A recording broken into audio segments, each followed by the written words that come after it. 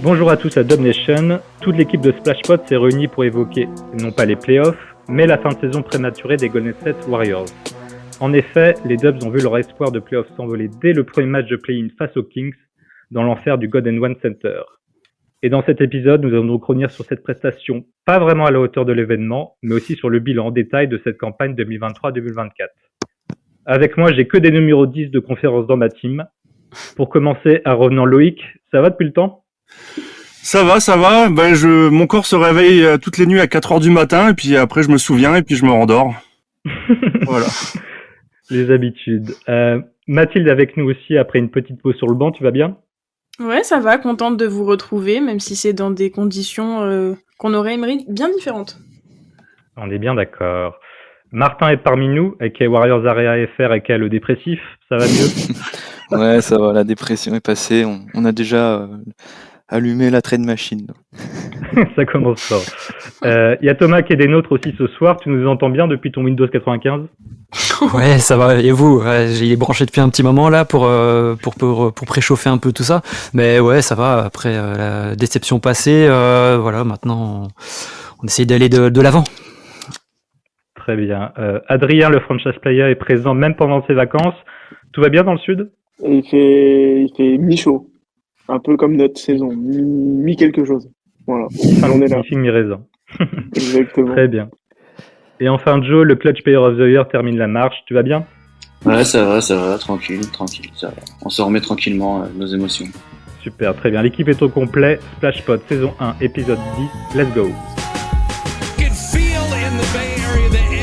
The love, the appreciation, because when you think about it, from Stockton to the state's capital, from the East Bay to Monterey, from Marin County to San Jose, the city by the bay and the town, it's all Warriors ground, it's all Dub Nation. À l'annonce du tableau du play-in, un chemin semblait possible. Malgré l'obligation de gagner 2 matchs à l'extérieur, Golden State avait réussi à éviter son adversaire supposément le plus redoutable, les Los Angeles Lakers. De plus, lors du match pour la 7ème place, les coéquipiers de LeBron James avaient réussi à se débarrasser des Pélicans qui perdaient Zion Williamson sur blessure. Le destin semblait tendre la main aux Dubs, les Kings se chargeront de l'amputer au laser.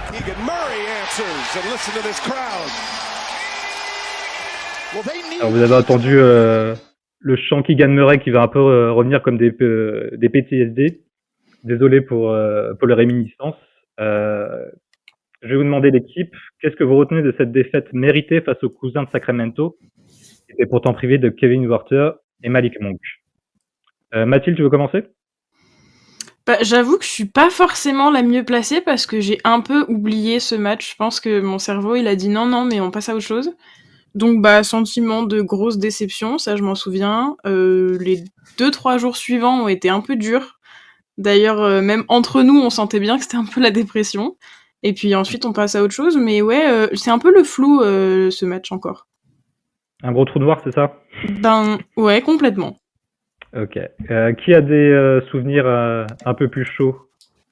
Moi, je pense que ce match, en fait, il y a eu deux périodes. Enfin, c'est vraiment coupé en deux. Première mi-temps où on est déjà un petit peu à la ramasse, mais on s'accroche un peu et puis miraculeusement on finit à 4 points d'écart, je crois, à la mi-temps.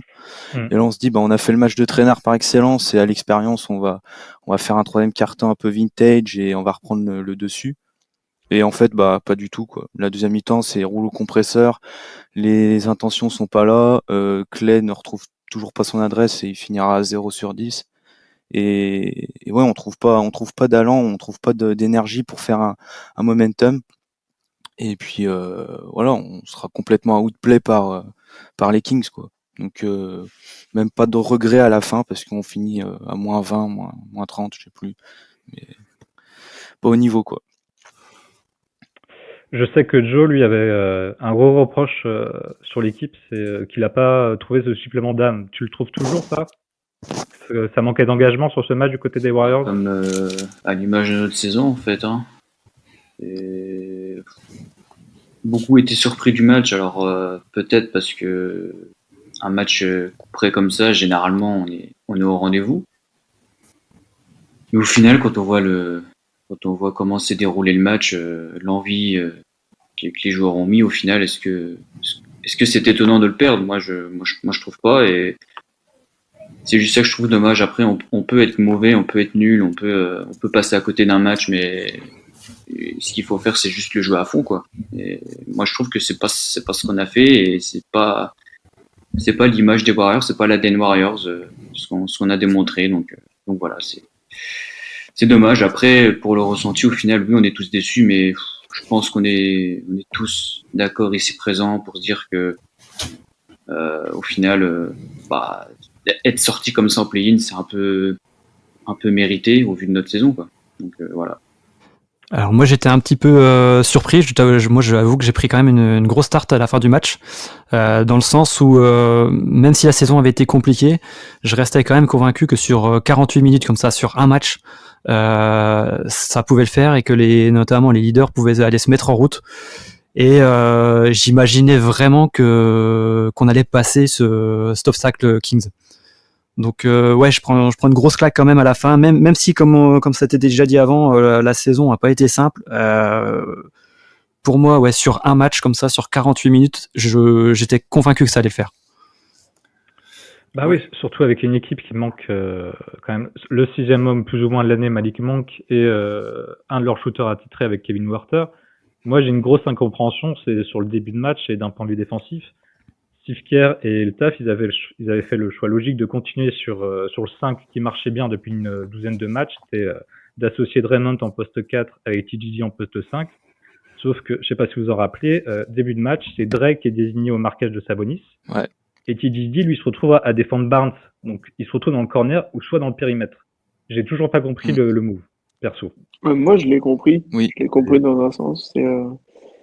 C'est juste, c'était pour le mettre. En gros, tu joues sur les rotations et tu mettais Trey Jackson Davis, tu sais, venir contester les drives, tu vois. Mais du coup, les rotations n'étaient pas bonnes, et il me semble de mémoire, pas forcément Barnes qui nous allume, mais c'était Keegan Murray, parce que les rotations, on était en retard à la fin. Steph notamment, qui était sur Keegan, je crois, les rotations étaient trop lentes, et du coup, on se faisait sanctionner sur du shoot open.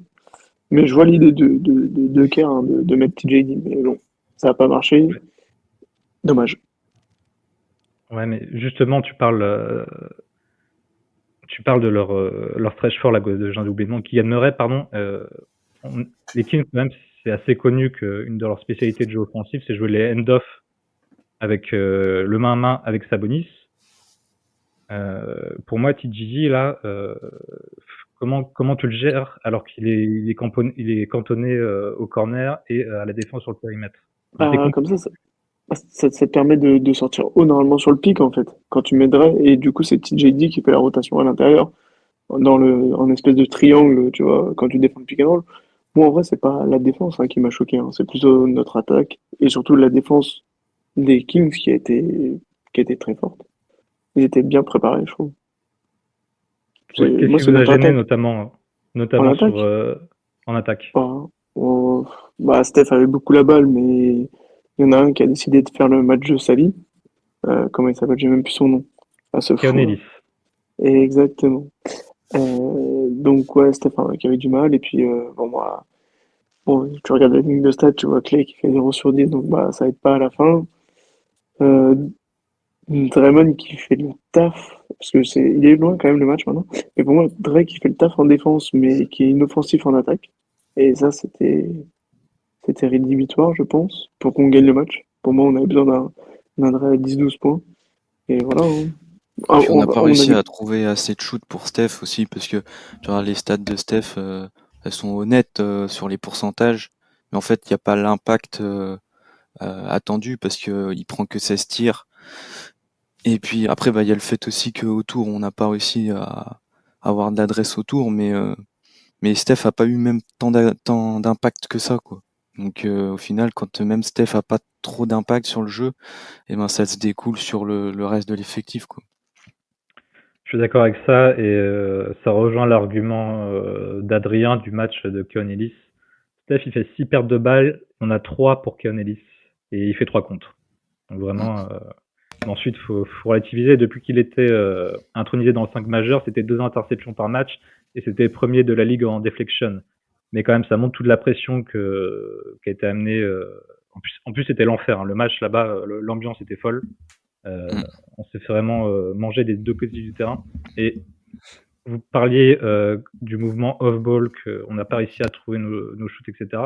Ça se voit au final sur le nombre de passes décisives qu'on fait. Est-ce que vous savez combien de passes décisives on a fait sur ce match-là? De mémoire, je crois qu'on en a fait 14, quelque chose comme ça. 13 ou 14. Non.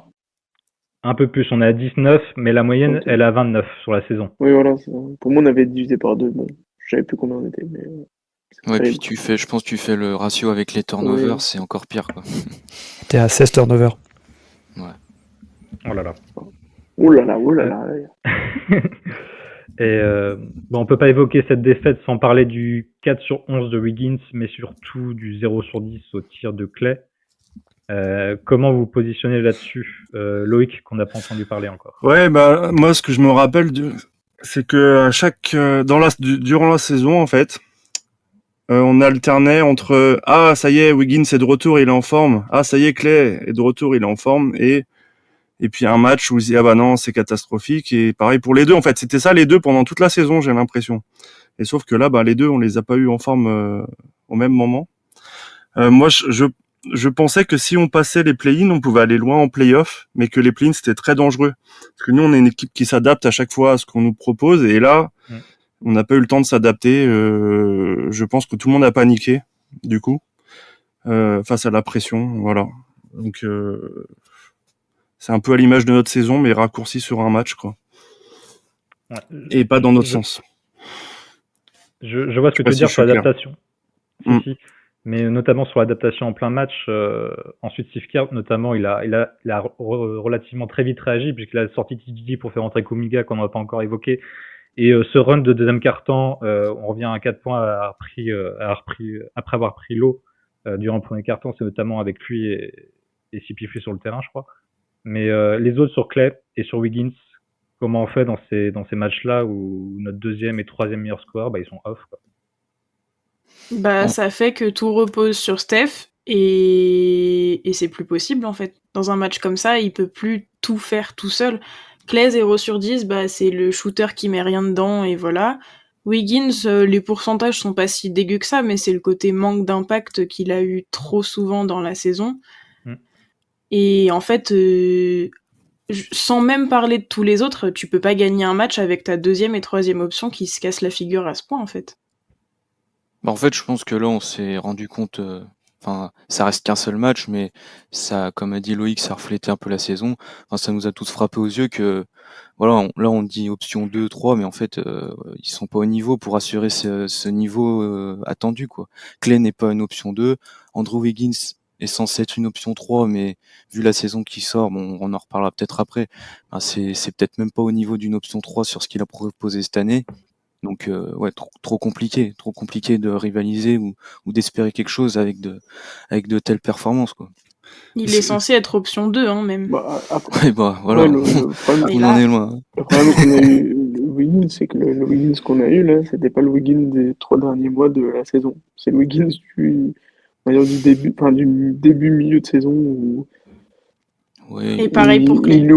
Il loupe des lay-ups alors que il aimait quand il est en confiance. En fait, on a eu sur ce match-là, on a eu le Wiggins qui est toujours là, qui met de l'intensité, qui met les bons ingrédients, mais il manque la confiance, donc il loupe des lay-ups faciles où il est un peu court. Voilà, on sent que le mec réfléchit et voilà. Et du coup, Steph, il était tellement bien défendu par Ellis que comme a dit Martin, on prend pas assez de shoot et voilà. On se retrouve après à se regarder un peu dans les yeux et à enchaîner les turnovers du coup. Et puis il y a une autre option 2-3 qui l'était pendant la saison, c'était Kuminga et il l'était plus après sa blessure. Et c'est dommage du coup en fait toutes les deuxièmes possibilités qui étaient pas là tout à la fois en fait.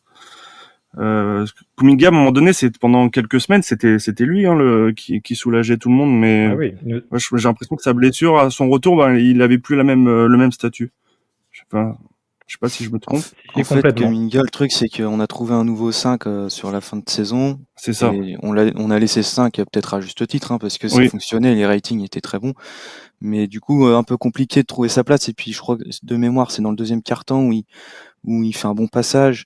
et du coup on laisse. Et c'est aussi pour ça que Andrew Wiggins du coup se met un peu à l'écart offensivement parce que Kuminga avait trouvé du rythme. Et là voilà, c'est un peu la question qui va peut-être découler sur la suite des échéances quoi. Mais c'était aussi ça, hein, Kuminga a eu du mal à trouver sa place.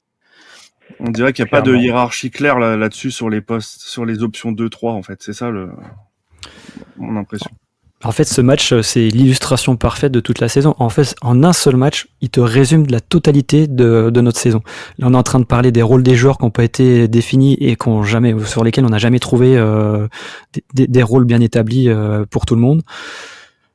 On a évoqué le problème de Steph qui doit trop porter le ballon quand autour de lui le supporting cast ne suit pas. Et jusque même, on a poussé le truc même jusqu'à avoir un Ellis qui fait le match de sa vie contre nous, quoi. Ça, c'est un peu l'histoire de notre saison aussi, hein, quand on reprend dans la globalité. Bah oui, car on a eu justement. 3 carrière high de 3 no-name. Il y en a un, c'est Barlow, voilà.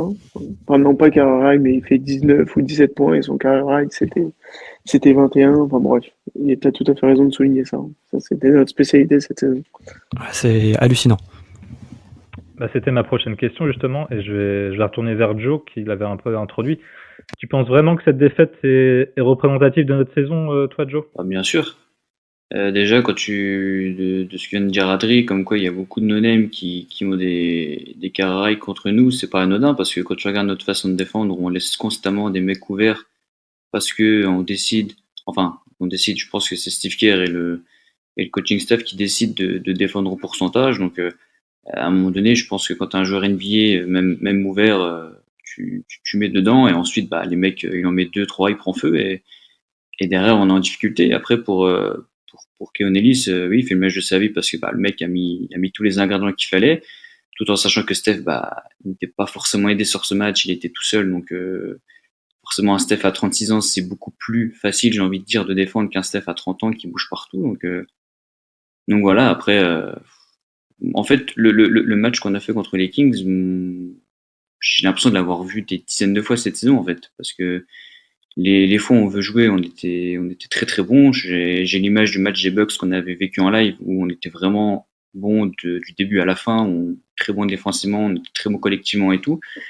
Et il y a d'autres matchs comme les Grizzlies par exemple où enfin j'ai plus les équipes en tête, mais bon, enfin il y a beaucoup de matchs de ce style qu'on a fait dans la saison et moi lâcher un match comme ça dans un contexte comme ça, je trouve ça un peu honteux en fait. Moi, je trouve que c'est représentatif quand même comme sur les choses que tu as expliquées. Mais là, on a quand même explosé, mais vraiment d'un coup quoi en deuxième mi-temps. Il n'y a même pas eu un sentiment d'urgence ou essayer de se battre un peu jusqu'à la fin parce que c'est vrai qu'on a perdu plein de matchs serrés cette année. Là, on n'a même pas eu un money time quoi. On s'est vraiment fait tabasser la gueule jusqu'à la fin quoi. Après, C'est un peu ça aussi qui était un peu surprenant.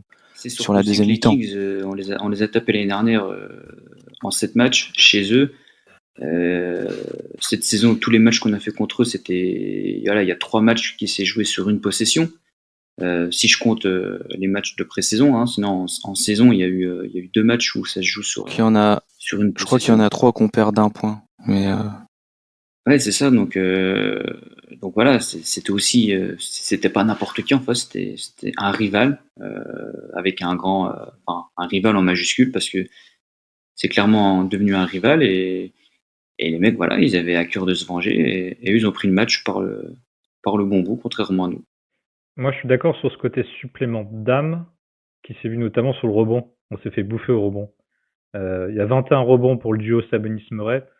Green, Kuminga, TJD, c'est 11. Bah, TJD inclut le pas dedans. Le pauvre, il a joué 5 minutes. Il a joué 9 minutes quand même, oui. Ouais, bon, ouais. Il joue au début, et vu que ça marche pas super bien, il le bench. Et ça, d'ailleurs, je pense que c'était une erreur dans le match, mais bon. On pousserait trop l'analyse trop loin. Mais bon. Bah, oui. Ensuite, on se posait la question avant le match, hein, si Steve Kerr allait laisser TJ sur le terrain, si ça se passait pas comme prévu, à quel point il allait lui laisser la confiance. Ouais, voilà, non, mais ça et comme a souligné Thomas, en fait, ça résume aussi notre saison et la gestion des jeunes. Moody, là, qui a joué 25 minutes, je crois, de mémoire, c'est loin, mais je crois que c'est 25 minutes qu'il joue, alors que le type n'a pas joué 25 minutes constamment dans la saison. TJD à la fin qui jouait 20 minutes constamment, là il en joue 5. Le seul qui a été constant dans ces minutes, on va dire, bon, c'est Kuminga et Podziemski. Mais voilà, tu vois, ça représente aussi notre saison. C'est genre des mecs, ils jouent un soir 25 minutes et l'autre, le lendemain, il joue 5. Il y a et ça revient à les rôles définis, etc. Et ça, je pense que, tu vois, un joueur qui sait que ses minutes sont certaines, etc., il joue aussi de façon plus sereine. Et ça impacte le jeu d'une manière ou d'une autre. C'est complètement vrai. De toute manière, on n'a jamais trouvé un 5 qui est resté pendant 4 mois. On a commencé sur le 5 historique avec Kevin Looney et Draymond Green au poste 4 et 5. Ça n'a pas marché, on a changé. Il y a la suspension de Draymond Green, pas là pendant 1 mois et demi. Pods est passé dans le 5. Puis ensuite, Draymond est revenu. Donc là, on est passé avec Kuminga. Puis ensuite, Clay a été benché, on a remis Pods. Puis on finit avec TJD. On n'a jamais trouvé un rôle consistant pour certains joueurs et une place établie dans le 5 majeur. Non, bah, c'est ça, hein. De toute façon, c'est l'histoire de la saison, hein. Et c'est les questions qui vont se poser derrière plus tard cet été, hein. C'est comment on articule le 5 et quel rôle on donne à qui, quoi. Parce que c'est pas possible de continuer comme ça, en fait. Les autres, est-ce que vous pensez aussi que c'est représentatif de notre saison ou finalement, on termine à 46 victoires contre 36 défaites. Alors certes, on est 10e de conférence, mais dans une conférence où il y a 11 équipes à au-dessus des 50%, ce qui n'était jamais arrivé dans l'histoire. Avec Draymond Green, il a fait 52 matchs. On tourne à 63% de victoires sur la saison avec lui, ce qui équivaut plus ou moins à la 4e place de conférence. Il y a quand même quelque chose qui s'était créé depuis 3 mois. Moi, je peux pas l'enlever, et de ce point de vue-là, ce match-là ne représente pas ce qui s'est passé depuis 4 mois, selon moi. Est-ce que d'autres partagent cet avis? Oui, c'est de là que la déception vient. Mais après, toutes les fragilités qu'on a vues pendant le match, c'est les mêmes fragilités qu'on a vues pendant la saison. Ce qu'on n'a pas dit aussi, c'est le fait de se prendre un run et d'être complètement incapable de le stopper. On a vu ça tout le match contre les Kings aussi. Et en fait, moi, je suis d'accord avec les autres, ça résume vraiment notre saison. Alors certes, on était dans une bonne série et on gagnait des matchs et on était en confiance, mais en fait, le moindre petit grain de sable qui vient, et ben il y a tout qui se dérègle et on est incapable de. Ouais, moi, j'ai l'impression qu'on était, pour le coup, on était juste moins fort que ceux qui étaient devant nous. La hiérarchie qui a été établie en fin de saison, finalement, elle est. C'est triste à dire, mais il y a une certaine logique. Alors, est-ce qu'à un moment donné, on n'a pas un peu surestimé les capacités du roster c'est pas... pour regarder les playoffs de l'Ouest, je trouve pas qu'on est si en dessous de certains mecs sur une série. Sur un match, oui. Sur un match, oui, mais sur une série, franchement... sur les playoffs, sur le début des playoffs, je te donne 100% raison, parce que c'est là où il y a des regrets qui naissent aussi. C'est quand tu vois le niveau du premier tour de playoff, tu peux te dire merde. Ah ouais, tu te dis merde, on n'aurait pas chié... allez, sur les 12 matchs qu'on chie dans le clutch, allez, on gagne 5 des 12, allez, même 4. Tu te dis, t'es directement qualifié, tu te dis, ouais, merde, il y avait peut-être moyen. Comme avait dit Loïc en début, quoi. Genre, si on était en playoff, il y avait moyen de faire quelque chose. Voilà. Je pense que les Kings, on les rencontre sur une série de playoffs, c'est pas sûr qu'on soit éliminé, hein. C'est juste que c'est notre irrégularité. En fait, on a tiré à pile ou face et on est tombé sur le mauvais côté. C'est tout. Sur ce match-là, on est tombé sur le mauvais côté. Moi, j'ai peur que sur ce match-là, en fait, ce que j'avais pas forcément moi pris conscience pendant la saison, mais là, ça m'a explosé aux yeux en fait sur ce match-là. C'est la prise de conscience en fait que notamment le trio légendaire, le trio historique, il a pris de l'âge, quoi. Et je trouve que c'est fort ressorti pendant ce match-là. J'ai vraiment ressenti le côté, on est en fin de saison et les trois, tu te demandais s'il y avait encore de l'essence dans le moteur, quoi. Mais t'as fait la passe des parfaits, Thomas. J'allais demander l'équipe quelle leçon en fait on peut tirer maintenant de cette saison. On va essayer d'avoir un avis plus global. Saison ratée, on peut le dire. on rate les playoffs avec ce groupe et avec la masse salariale la plus rousse de la NBA, et notamment sur notre trio historique. Et du coup, si tu veux, je peux continuer là-dessus. Parce que pour le coup, moi j'avais ça, c'est alors je ne sais pas si c'était une sorte de forme de déni, mais je voulais pas voir en fait les trois vieillir. Et je pensais qu'il y avait encore notamment qu'ils en avaient encore tout sous le capot. Et là, quand le match des Kings s'est terminé et que le buzzer il a retenti et que je me suis posé prostré dans mon canapé, je me suis dit mince, mais en fait, est-ce que les trois là, ils sont pas juste, c'est pas une histoire de talent ou de volonté. On parlait depuis tout à l'heure de supplément d'âme ou de volonté, mais est-ce que c'est pas juste qu'on est rattrapé par l'âge de nos trois leaders? Enfin, c'est une question que je me pose. Je voulais pas y penser, je voulais pas le voir jusqu'à présent, et à la fin du match des Kings, je me suis sérieusement posé la question. Pour moi, c'est pas juste sur ce match, c'est un peu un résumé de la saison. Hein. Ça aussi. Steph, on l'a vu depuis, je dirais après le All-Star. Si vous êtes pas d'accord, vous me dites, mais je dirais depuis après la pause, c'est beaucoup plus difficile. Il est cramoisi et parce qu'on lui demande, le All-Star. Ouais, on est d'accord, il est cramé. Mais parce qu'on lui demande aussi, encore une fois, de jouer 35, voire plus, tous les matchs, et qu'il a 36 balais, et qu'il porte l'équipe sur ses épaules depuis 15 piges bientôt, et qu'il est cramé. Et Clay, il n'est plus le même parce qu'il a subi des blessures assez folles. Même s'il fait une vraie bonne fin de saison, c'est dur. Et Draymond, il fait une super saison, mais il est pas tout le temps sur le terrain, donc oui, ils vieillissent, hein, c'est sûr. Et Draymond, il l'a évoqué à un moment donné, hein, d'ailleurs, pendant la saison, sur une interview d'après-match, où il évoquait justement son rôle de poste 5 titulaire avant que ça soit TJJ qui vienne le suppléer dans le 5, où il expliquait qu'à son âge, maintenant, de devoir lutter contre des grands gabarits pendant tout un match, ça pompait de l'énergie. On en a déjà d'ailleurs parlé entre nous, hein, de ce phénomène-là. Les derniers podcasts, on en avait parlé. Hein. Ouais. Moi, j'avais ma théorie qu'il fallait qu'on change un peu notre jeu, qu'on tweak un peu notre jeu pour que ça soit moins énergivore, par exemple pour Steph. Et voilà, parce qu'ils vieillissent. Et comme m'a dit très bien Thomas, c'est que ouais, en fait, je pense qu'ils peuvent plus jouer 100 matchs. Parce que c'est ça, hein, la saison NBA, si tu veux, c'est 100 matchs. Ils peuvent pas jouer 100 matchs comme on jouait il y a 10 ans. En fait. Donc, faut éparpiller les responsabilités ou trouver une autre solution avec la trade deadline et faire des trucs. Mais je pense que tu parles de changer d'identité de jeu, en tout cas de la remodeler. Qu'est-ce que tu voudrais voir sur Steph? Ça serait on-ball ou off-ball ou les deux que tu voudrais voir des changements? En fait, c'est comme on l'a vu quelques fois dans la saison. Moi, j'ai un peu dit dans le podcast dernier. C'était en gros dans la saison en fait, mais cette année ça a été trop compliqué à faire. C'est que faut qu'en fait, pour que Steph puisse jouer un peu plus off-ball et sans courir en fait, il faut qu'il y ait Kuminga et Wiggins, ce qu'on a eu par période et que par période, qui puissent avoir le ballon en main, ne pas la perdre et scorer en fait. Parce que Wiggins l'a fait 2-3 fois contre des équipes. J'ai le match de Charlotte. Bon, c'est Charlotte, hein, ils sont à chier. On va pas se mentir. Mais voilà, Wiggins a la balle en main et il me score un petit peu. Et du coup, après, il lâche sa balle. Passe. C'était Steph qui était juste en catch and shoot. Voilà, juste catch and shoot, ça part à une vitesse, c'est filoche, terminé.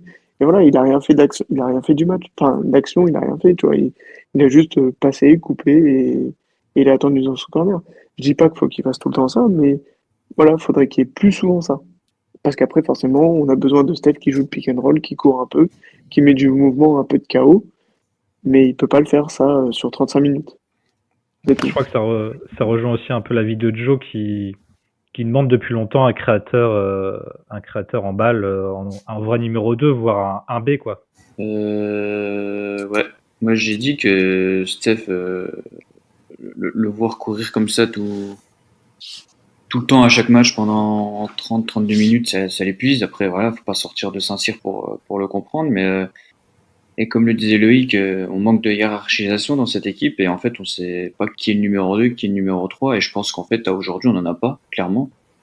Et là, ce qu'il faut au-delà de ça, c'est plus qu'un numéro 2. C'est un, je sais pas si on peut dire ça comme ça, mais un co-numéro 1, c'est-à-dire un mec capable d'être quasiment le meilleur scoreur tout en faisant jouer Steph. Alors je sais que c'est pas c'est pas une tâche facile et que ce genre de joueurs, il y en a très peu, à part des Yanis, des KD, enfin des joueurs de cette trempe-là, des joueurs qui coûtent un bras pour nous, mais voilà, il faut au moins trouver des mecs qui sont capables de scorer déjà le même nombre de points quasiment à chaque fois, qui soient pas un coup là, un coup absent, parce que c'est clairement ce qui a fait défaut cette saison. Tu sais, même pas sans chercher gros joueurs. Hein. Tu sais que je pense à nos amis des Kings qu'on a affrontés, il était pas là, mais tu mets un Malik Monk qui joue.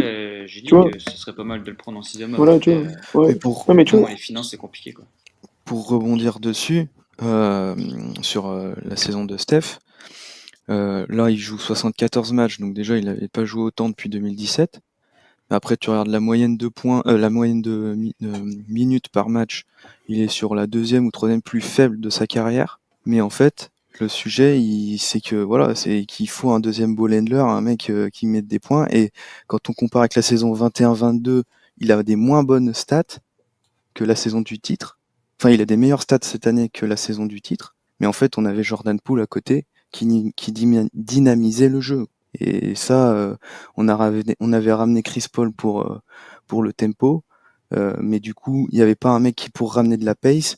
Donc après, s'il faut compter sur Steph pour tout le temps apporter de la pace, ben au bout d'un moment, ça peut pas suivre, quoi, vu l'âge qu'il a. bah, c'est pas forcément de la Ah, pace. et en plus, C'est Jordan Poole, il tapait les mecs un contre un, en fait. Et donc, bon, même si c'était pas un bon passeur, en fait, Ça crée les décalages. il jouait des 1 contre 1. Ouais, voilà, ça crée des décalages.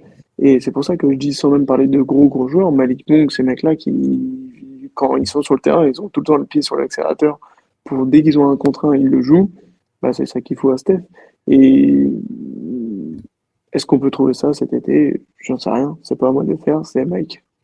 Oui, on en rediscutera. On a évoqué Chris Paul, justement, qui était un peu la grosse recrue, la première de l'ère McDonald's Jr. en tant que GM. Alors, qu'est-ce que vous avez pensé de la saison 1, de ce Chris Paul de 39 ans dans l'environnement des Warriors? Est-ce que ça serait une saison unique? Et voilà, comment vous avez vécu cette saison, et excepté bien sûr que il est bel et bien le chat noir qu'on nous a vendu. Hein. Moi, je pense qu'il a pas démérité dans tous les matchs qu'il a fait, sauf que je pense que c'est pas ce qu'il nous fallait, en fait. Tout ce qui entourait là notre Big Free, entre guillemets, c'était meilleur que l'an dernier, sauf que nous, ouais, les 3 joueurs ont vieilli, les 3 ont vieilli, et je pense que ce qu'il fallait, c'était pas de l'expérience et du playmaking, mais je pense qu'il fallait plus d'athlétisme, de physique. Plus on vieillit, plus on est vieux, et moi je peux le dire parce que je joue au foot, et plus on a besoin d'être entouré de gars athlétiques autour de nous. Je pense que voilà, il a pas démérité Chris Paul, mais je pense que c'est pas ça qu'il nous fallait, malheureusement. Voilà. Qui veut rebondir là-dessus sur Chris Paul? Il fait du Chris Paul, mais voilà, hein, je vais peut-être être méchant, mais pour nous c'est inutile, quoi. Il a fait que de ralentir le jeu, hein. Vraiment, on va pas se mentir. Hein. Maintenant, sa saison elle est ni bonne ni mauvaise, c'est juste du Chris Paul. Il a eu du mal à rentrer les shoots au début. Après, il nous a quand même bien, il a quand même retrouvé la mire, mais je veux dire que c'est pas suffisant, quoi. Il nous faut en sortie de banc. C'est un mec qui score qu'il nous faut, c'est pas un mec qui gère le playmaking, qui en plus de ça, on nous a vendu un joueur qui perd peu la balle. Au final, je crois qu'il est sur une de ses plus grosses moyennes en perte de balle. Donc, oui, bon, il a quand même un bon ratio, mais on était quand même sur le profil assez content la dernière par rapport à la différence de Jordan Poole. Il reste dans les meilleurs turnovers. Il est quand même dans les meilleurs turnovers assists de la ligue. Donc bon, même si c'est une de ses grosses. Mais je pense que c'est quand même sur une de ses. Il a quand même perdu pas mal de ballons. Et puis, oui, mais d'accord, mais ça c'est. Pour moi, ça c'est lié avec le jeu Warriors aussi. On a toujours perdu beaucoup de ballons, tu vois. Donc parce qu'on joue, on tente des passes. Voilà. Pour moi, c'est lié avec notre jeu aussi.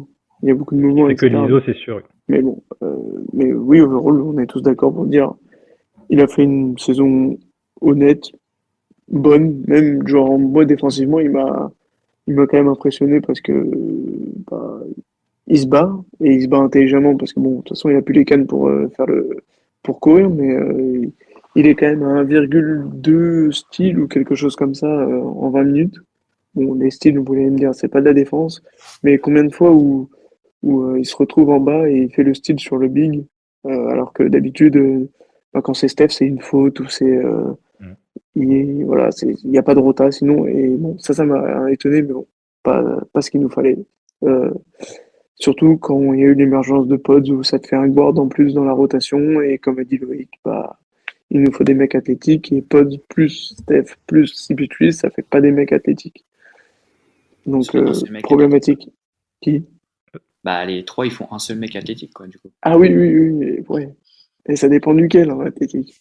Parce que si on parle d'Anthony Edwards, ils en font un tiers, quoi. Mais aussi pour la saison de Chris Paul, enfin, un des sujets qu'on avait lancé sur le pod d'avant-saison, c'était qu'on sentait venir les line-up de fin de match avec Chris Paul dedans, parce qu'on respecte le statut, parce qu'il apporte des choses positives. Mais en fait, voilà, comme vous l'avez dit, ça manque d'athlétisme et on a trop respecté le statut de Chris Paul en voulant le laisser sur les fins de match. En fait, Steve Kerr, je crois que c'était plus sur le début de saison, mais alors que il y avait des joueurs à peut-être plus mettre sur la fin de match pour matcher avec les line-up adverses. Donc c'est un peu ça aussi qui nous a fait défaut, c'est que encore une fois, on a trop respecté le CV de Chris Paul, alors que c'était pas forcément à lui de finir des matchs, même s'il faisait un bon match en tant que backup, quoi. Et je suis tout à fait d'accord. Et par contre, on n'a pas respecté le CV de Clay en le mettant sur le banc, tu vois. Ou même, bon, Loon, c'est autre chose, mais tu vois, ça, c'est encore des incohérences qu'on peut cibler, qu'on a vu tout au long de l'année. C'est que t'as des trucs, tu te dis, ok, le mec bouge, genre, Pods qui monte directement, il fait les bons matchs, mais Pods qui prend des minutes, Clay qui va sur le banc, tu te dis, ok, bon. Mais par contre, CP3, ça a été une constante où le mec finissait les matchs. Voilà. Alors qu'il n'y avait pas besoin. Moi, sur le D'ailleurs, transfert de. Moi, j'allais dire sur le trade de Chris Paul. Alors, moi, j'ai une question à vous poser. C'est l'arrivée de Chris Paul. C'est une arrivée sportive ou financière? les deux. Et, Les deux. alors, Pour, du coup, j'ai envie de te répondre dès l'instant où c'est pas 100% sportif. T'as un peu ma réponse sur ce que je pensais du trade. Oui. Non, je pense que notamment Chris Paul a été pris. Fallait un échange avec Jordan Poole parce que pour les raisons qu'on connaît, c'était plus possible dans le vestiaire. Mais la contrepartie aurait pu être meilleure. Mais je suis même pas sûr qu'on aurait pu avoir autre chose. Et parce qu'à mon avis, le but de la venue de Chris Paul, c'est tout simplement de cut son salaire et d'enlever 30 millions de salaire des Warriors dans le salary cap en un an, en fait. Voilà, c'est là où je voulais en venir. Mais après moi, je pense que on gagne un tout petit peu plus de matchs. Chris Paul est dans la discussion des meilleurs 6e hommes. Hein. Ah oui, on a le finit, 3e meilleur banc de la ligue, c'est grâce à lui notamment, en grande partie. en partie, donc c'est un peu... Ouais, effectivement, de toute façon, derrière, il y avait un jeu, enfin, il y avait une passerelle financière à faire parce que Poole, c'était long terme son contrat et que nous, c'est plus possible avec nos finances, forcément, mais d'un point de vue sportif, je trouve pas que c'était non plus catastrophique. Sur cette question de quelles leçons on peut tirer de cette saison, en conférence de presse, on a posé la question à Klay Thompson. Et alors, c'est une réponse un peu à la Klay, un peu philosophique, mais je vais vous faire écouter. Clay, what do you think is the biggest lesson that you learned this past season? You know, you can't be a front runner. You can't shy away from the bad moments and just embrace the great ones. You got to embrace them all. That's for anything you do in life. Alors là, c'est pour répondre un petit peu à la domination qui, je trouvais, est quand même un peu dure dès qu'il y a un mauvais pas. Donc, vous avez tous compris ce qu'a dit Clay, j'imagine. Il faut pas se cacher dans les mauvais moments et faire et être gargantuesque le frontrunner durant les grands moments. Est-ce que vous êtes d'accord avec ça, et notamment sur le traitement qu'a reçu Clay sur cette saison? Alors, si je peux parler, ouais, je pense qu'on peut relativiser. Il y a aussi la suspension de Raymond qui fait que on aurait peut-être eu quelques victoires de plus et on aurait peut-être pu aller en play-off. Et peut-être qu'on parlerait pas de tout ça, peut-être qu'on serait sur une série de play-off et qu'on aurait gagné, je sais pas. On n'était pas si loin. Je crois que avec notre classement, si on l'avait eu ça à l'Est, on serait largement en play-off, non? Il me semble. Donc c'est pas une si mauvaise saison régulière, c'est juste qu'on est tombé sur le play-in et là, par rapport à l'irrégularité de certains joueurs, voilà, c'était pile ou face. Mais je pense que ça serait bête de tout jeter. De tout jeter parce que c'est pas si mauvais ce qu'on a fait. C'est juste que maintenant, il faut prendre en compte qu'on vieillit de plus en plus. Enfin, que les trois vieillissent de plus en plus et rectifier, mais pas trop non plus. Voilà. Après, par rapport au traitement de Clay, les gens sont super durs, hein, parce que si notre deuxième partie de saison est meilleure et on arrive en play-in en étant en confiance, c'est aussi parce que Clay fait une super deuxième partie de saison. Et derrière, on l'enfonce. Alors oui, il fait un match qui est, désolé du terme, mais dégueulasse. Mais il a été, enfin c'est super dur le traitement qu'il reçoit. Après, on le sait, hein, les fans ils sont comme ça, lui-même il le sait. Il va aller sur son bateau et une semaine après ça va mieux. Mais je pense que c'est dur pour lui. Et d'ailleurs, ça sera un peu la question pour l'été aussi, le traitement qu'il reçoit. Je suis pas sûre que ça lui donne forcément envie de rester, mais on en parlera. Non, enfin, franchement, la saison de Clay, en fait, il y a aussi tout ce début de saison parce que oui, Mathilde, tu parles de la deuxième partie de saison où il a bien redressé la barre et voilà, c'est ce qui a fait aussi la différence sur le run de fin de saison. Mais quand on prend en compte tout ce qui s'est passé avant, enfin, moi je comprends aussi une partie de la fanbase qui était vraiment déçue. Alors pas dans les extrêmes dans lesquels c'est parti, mais on se souvient jusqu'à la mi-saison l'attitude de Klay Thompson, limite dépressif, qui en a limite rien à foutre des défaites. Je me souviens après une défaite, il disait qu'il s'en foutait complet de perdre des matchs. Enfin, c'était limite pas à dire publiquement qu'il en avait rien à foutre de perdre des matchs, mais genre les scénarios, c'était un peu du je m'en foutisme. Même pas d'urgence tant que ça. Donc c'était un peu plus sur l'aspect mental et sur ce qui dégageait en fait. Parce que avoir des slumps, il y en a toujours eu, il y en aura encore. C'était surtout sur ce qui dégageait et ça pouvait impacter négativement le collectif et voilà, c'est plus sur cet aspect-là. Il avait fait une déclat où il était allé dans le bureau avec Steve Kerr apparemment, où il s'était parlé. Où il avait reconnu qu'il cherchait à prendre ses tickets shoot. Et que, parce qu'il se sentait pas bien, etc. Clay, depuis ses blessures, il a ce côté quand même insécure mentalement. C'est très dur pour lui d'admettre qu'il est plus le même joueur.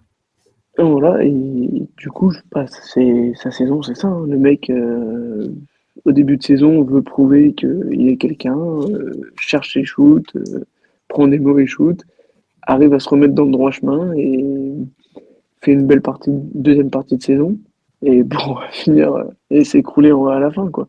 C'est un peu du Klay Thompson dans le texte depuis son retour de blessure. Voilà. C'était son passage en 6e homme qui l'a relancé d'ailleurs parce qu'il s'est un peu libéré d'une pression et du coup il a retrouvé un peu d'allant offensif quoi. Klay Thompson, il a eu des slumps, il aura toujours des slumps et je pense que la négociation de son contrat en début de saison a pesé dans sa tête, etc. Voilà. Très bien, je pense qu'on a été assez complet de manière générale sur la vie globale et les leçons qu'on peut retenir, notamment peut-être un changement de rôle sur notre trio historique à venir. Je voulais demander à chacun de revenir plus spécifiquement sur un top ou flop de la saison. Pas forcément un joueur, hein, mais qu'est-ce que vous avez en tête, que ce soit positif ou négatif? Joe, tu peux commencer? Sur les top et flops, c'est ça? Ouais, un top ou un flop que tu as envie de... moi, le top, le public, en vrai, hein, parce que pour se taper des purges conseillées au Chase Center, je pense qu'il fallait en avoir envie, surtout vu le prix des places. Donc, franchement, force à eux. Heureusement qu'il y avait quand même du monde, parce que c'était pas facile. Alors, évidemment, il y a eu des beaux matchs, mais bon, on va pas se mentir, hein, le bilan à domicile, il est quand même catastrophique pour une équipe comme les Warriors. Pour une équipe qui vend des places à des tarifs exorbitants, je pense que le minimum pour le public, c'est de voir des beaux matchs et de voir des victoires. L'année dernière, on était très bon à domicile et mauvais à l'extérieur. Cette saison, c'est tout l'inverse. Donc voilà. En top, je mettrais le public.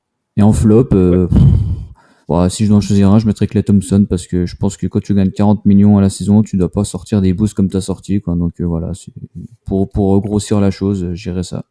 Pour très grossir la chose, oui, parce qu'il y a pas de blessure avant sur le contexte du... Oui, évidemment, mais je veux dire, voilà, 40 millions pour sortir un 0 sur 10 dans un match coup près, je pense que à 40 millions, c'est pas... Voilà, tu dois pas faire ça, quoi, mais bon. Ça arrive, on va dire. Très bien. Ensuite, qui veut se lancer sur son top ou son flop? Thomas? Alors, pour commencer par mon flop, moi j'avais noté la suspension de Dre. Parce que c'est ce qui plombe notre saison. À ce moment-là, je pense que si, comme on l'a évoqué tout à l'heure, s'il n'y a pas cette si longue absence, vu le niveau de jeu qu'il avait cette année, je pense on partait sur une autre saison. Donc ça, c'est le gros point négatif pour moi. Et sur le top, je vais mettre un truc un peu plus global que de cibler un joueur en particulier. Je vais noter la progression et l'apport des jeunes. Comme on était un peu sur une saison de développement, je noterai ça dans mes tops. D'accord, très bien. Full development du côté des Golden State Warriors. Mathilde. Alors, top ou flop ou un des deux. Moi, je vais dire un top. Et j'en avais parlé en début de saison pour la preview, il me semble. J'avais parlé des rebonds. On était hyper mauvais l'année dernière. Cette année, on finit premier en termes de rebonds, 4e en défensif, 5e en rebond offensif. Alors certes, c'est des stats et ça veut pas toujours dire quelque chose, mais on n'était pas plus grand et on a vraiment fait les efforts. Donc moi, j'étais contente qu'ils aient écouté Splashpod. Très, très bon point. Qui on n'a pas écouté? Adrien.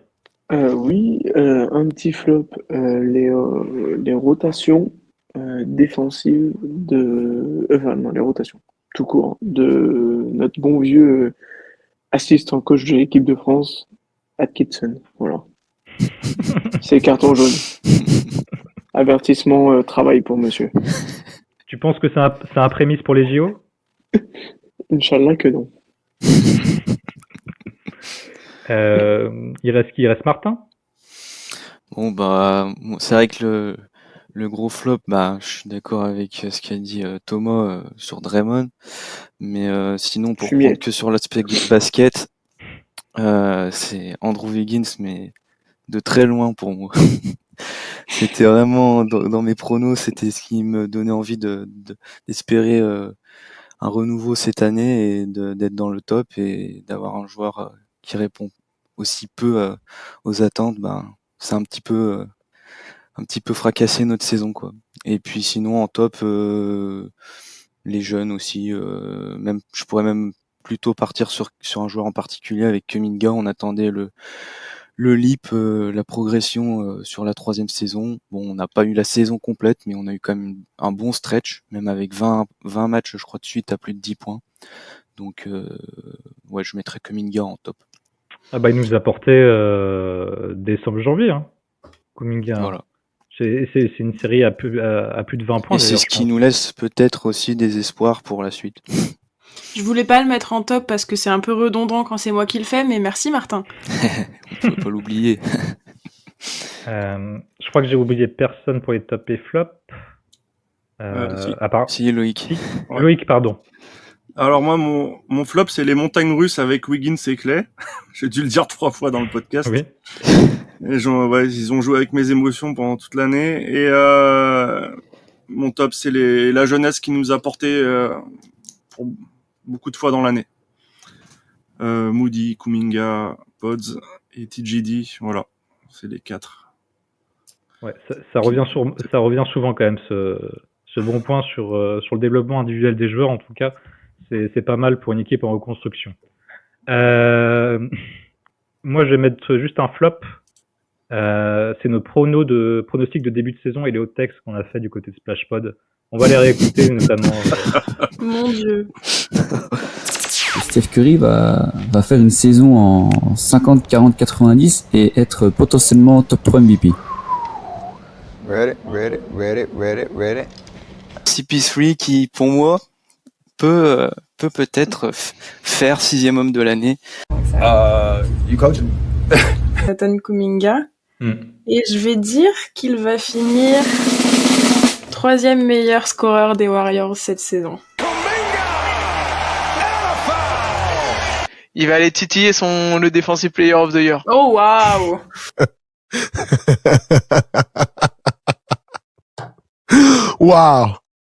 Wow!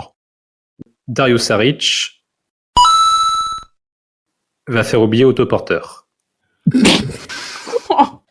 Oh, la dernière, elle est violente. Alors, on connaît pas le basketball à Splashpod? La Cata. dernière. Waouh. Eh, Quentin, alors moi j'ai mis mon Quentin, elle est rouge, mais magnifique. alors toi, putain. La petite pièce, le petit son de la pièce. Il m'a terminé. Alors, j'aimerais commencer. Ça a été coupé au montage, mais je parlais uniquement de octobre à décembre.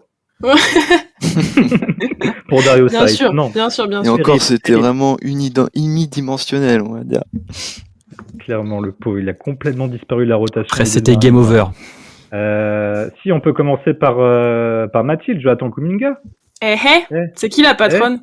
C'était la plus facile. Calme-toi, calme-toi. hein. Et c'est la seule qui est passée et elle est passée crème. J'étais sereine. C'était facile, t'as pas pris de risque aussi. Non, Moi vous aussi, avez avec, tous dit. Réécoute l'épisode, vous avez tous dit que j'étais la plus folle dans mon pronostic. Donc voilà. Oui, parce que faut remettre en contexte que le fait que Steve Kerr fasse pas confiance à Kuminga, etc., enfin en tout cas pas de manière aussi constante qu'on le voulait.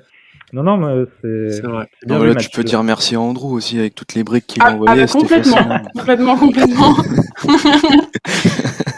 Et écoute, c'est la seule satisfaction de l'année, donc je la prends. Joe, ça donne quoi Steph Curry sur le 50, 40, 90? Je suis en 40-90. Après le 50, le 50 je sais pas où il est, mais je suis en 41-92. Hein. J'étais bon sur le premier mois, ensuite, je sais pas, la débandade, je sais pas, peut-être que la grossesse d'Ayesha, ça l'a fait partir en vrille, mais voilà. Ouais, il termine à 45% au tir global, Steph, cette année. Ouais, bah Et après, 0,4. après en soi, aux 3 points, voilà, hein, c'est du Steph, mais bon, quand tu vois les pénétrations en fin de saison, comment elles étaient galères de chez galère, il ratait même des lay-ups ouverts.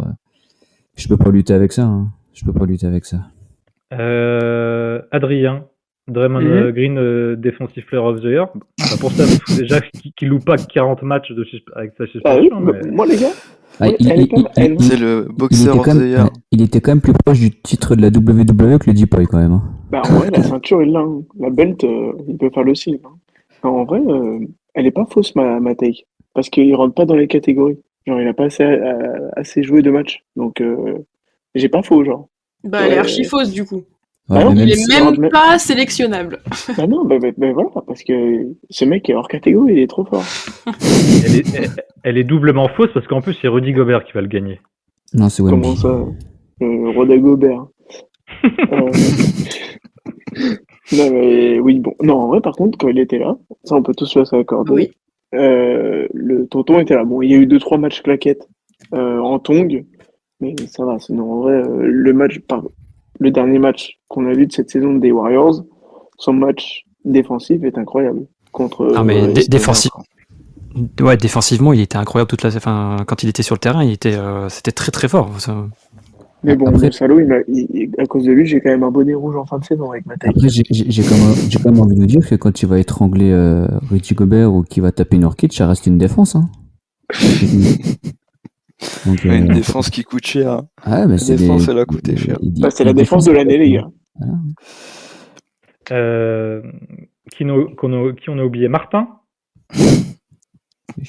Ah là là, monsieur Chris Paul. Bah, le 6e homme, déjà il était pas éligible, hein, comme Adrien, il était hors catégorie, mais avec les matchs manqués.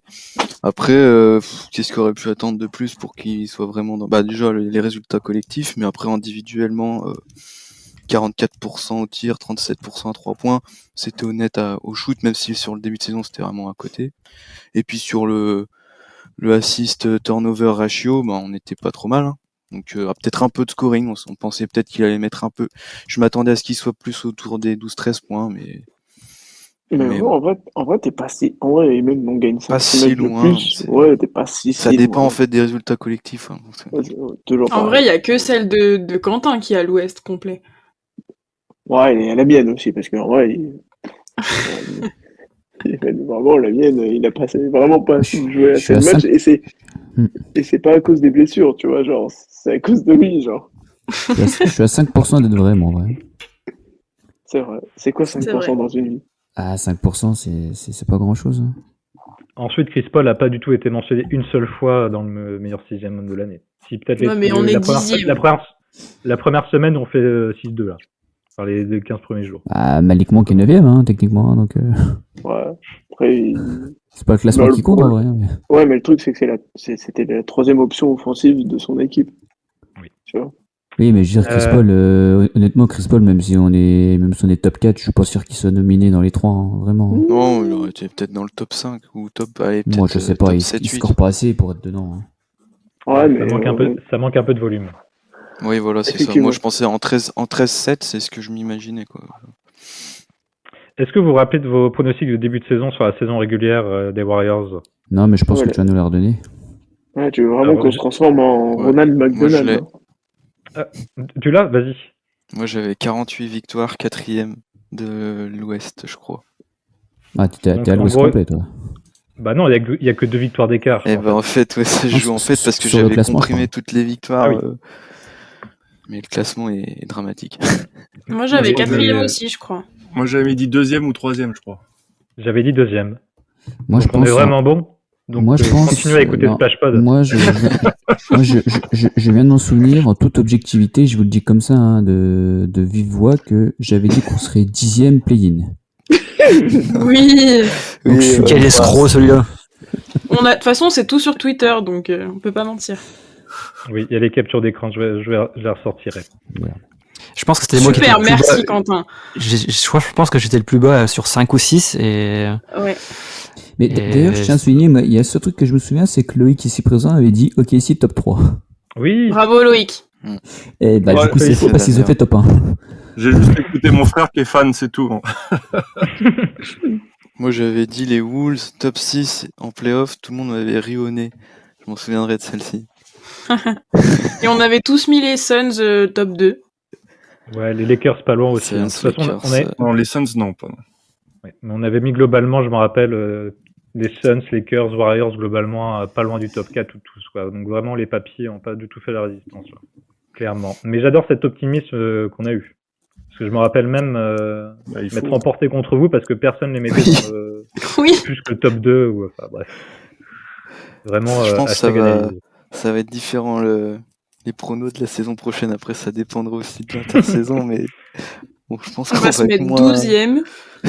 Il y a aussi un truc qu'on a oublié, c'est Adri qui nous avait fait un petit pronostic comme quoi les Pels finiraient 6e, les je sais pas quoi. Ah, lors du play-in, là, le dernier épisode. Je sais pas, il avait fumé du crack complet, lui, rien ne s'est passé comme prévu en vrai. Ah non, mais c'est Saboul qui l'avait dit. Non, ah oui, c'est vrai. Ah, c'est Sabo alors, Sabonis. Faut pas écouter les théories de Adrien, c'est comme Kyrie Irving. Moi, je dis pas que l'intérêt pas, par contre. Je me rappelle qu'on était tous contents d'avoir Saric aussi. On était tous contents d'avoir chopé Saric. Et, ah oui. Ça a bien marché les premiers mois, mais ensuite, un peu moins. Ouais, Saric, tu vois, ouais. Je sais pas où t'es parti chercher ta taille, Quentin, mais elle est partie complètement à l'eau, quoi. Dans les 2 premiers mois, c'était parfait. Là, ils faisaient l'amour sur le terrain avec Chris Paul. Ils étaient magnifiques, les deux. Ah ouais, dans le deuxième 5, c'était beau. Voilà. Bon, en tout cas, je pense qu'on va pouvoir terminer là-dessus la saison 1 de Splashpod. En tout cas, pour moi, c'était un plaisir d'animer cette émission durant 10 épisodes. Je tenais à remercier tous les intervenants qui sont présents en plus ce soir, vu que c'était le bordel. Mathilde, Adrien, Martin, Joe, Thomas, Loïc. Les hommes de l'ombre qu'on n'oublie pas. Nico pour le montage, mais il y a aussi Loïc, l'autre Loïc qui nous fait des splendides illustrations d'épisodes. On n'a pas été parfait, mais on va s'améliorer pour la saison 2. On va, je pense, être plus régulier, proposer peut-être d'autres formats. On vous redira tout ça au cœur de l'été ou à leur entrée. Et on vous remercie, vous, les auditeurs de Splashpod, d'avoir été si fidèles dans une saison de Golden State qui a été pas si évidente. Qu'avez-vous de dire avant de faire une petite pause de 2 mois, l'équipe? Bah merci à toi Quentin, parce que tu t'animes les épisodes de mieux en mieux et tu nous mets à l'aise, et donc merci pour le projet, merci de nous avoir invités. Je peux en placer une? Là, t'as assez parlé.